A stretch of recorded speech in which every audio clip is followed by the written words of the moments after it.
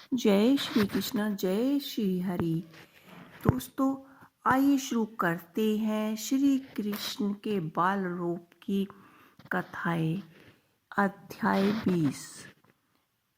एक कथा, एक कहानी जिसके अनेक रूप और हर रूप की लीला अद्भुत।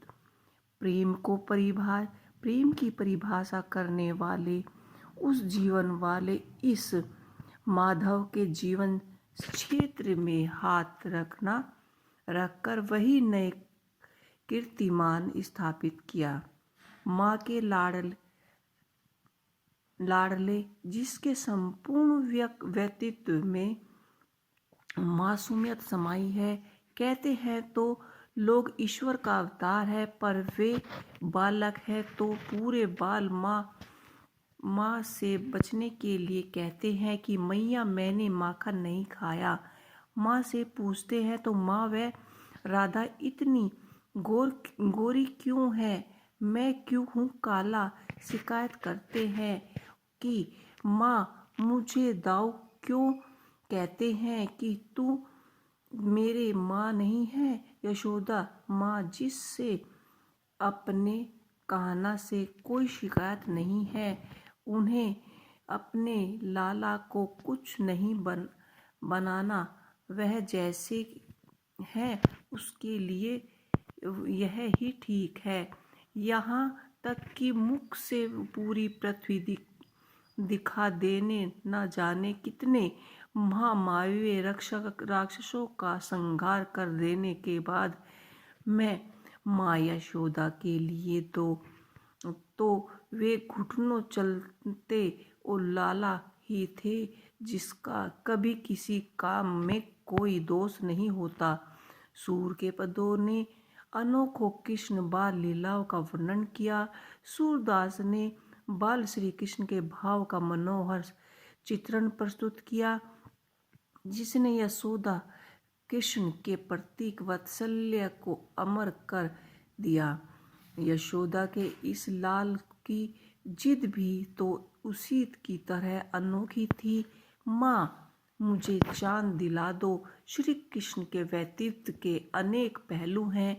माँ के सामने रूठने की लीलाएं करने वाले श्री कृष्ण हैं, तो अर्जुन को गीता का ज्ञान देने वाले योगेश्वर श्री कृष्ण। इस व्यक्तित्व का सर्वाधिक आकर्षक पहलू दूसरे के निर्माणों का सम्मान है। कृष्ण के मन को सबका सम्मान है। वे मानते हैं कि सभी को अपने अनुसार जीने का अधिकार है। अपनी बहन के संबंधों के लिए गए अपने दाऊ बलराम के उस निर्णय का उन्होंने प्रतिकार किया। जब दाऊ ने कहा कि यह तय कर लिया कि वह बहन सुभद्रा का विवाह अपने प्रिय शिष्य दुर्योधन के साथ करेंगे, तब श्री कृष्ण ही ऐसा कह सकते थे कि स्वयंवर मेरा है ना आपका, तो हम कौन होते हैं सुभद्रा के संबंध में फैसला लेने वाले।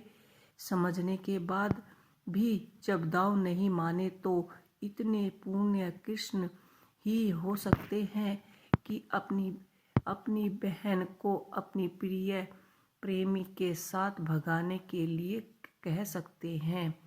राजसूय ज्ञान में पत्तल उठाने वाले, अपने रथ के घोड़ों की स्वयं शुद्ध बुद्ध करने वाले, कहना के लिए कोई भी कर्म निषिद्ध नहीं होता। महाभारत युद्ध जिसके नायक भी वही थे, और अनोखी बात यह है कि युद्ध में उन्होंने शस्त्र नहीं उठाए।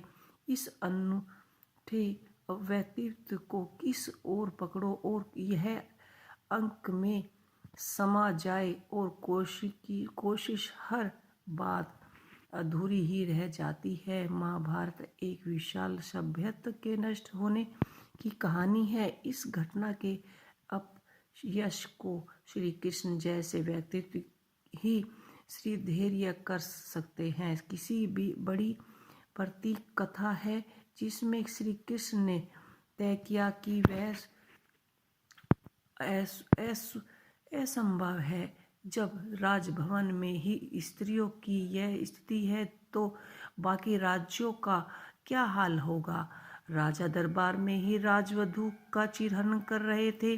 कथित प्रबंधु लोगों के सामने हो सकता है, तब ऐसे समाज में कोई सुरक्षित भी नहीं है।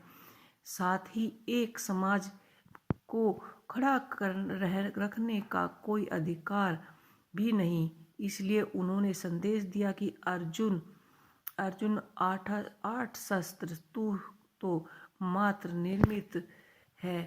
तो इसी तरह से यह श्री कृष्ण की ही कथा है कि यह सब श्री कृष्ण की लीला है जो वे ही कर सकते हैं। आपको ये हमारी श्री कृष्ण की छोटी चमत्कारी लीला कैसी लगी, हमें कमेंट बॉक्स में लिख के अवश्य ही बताइएगा।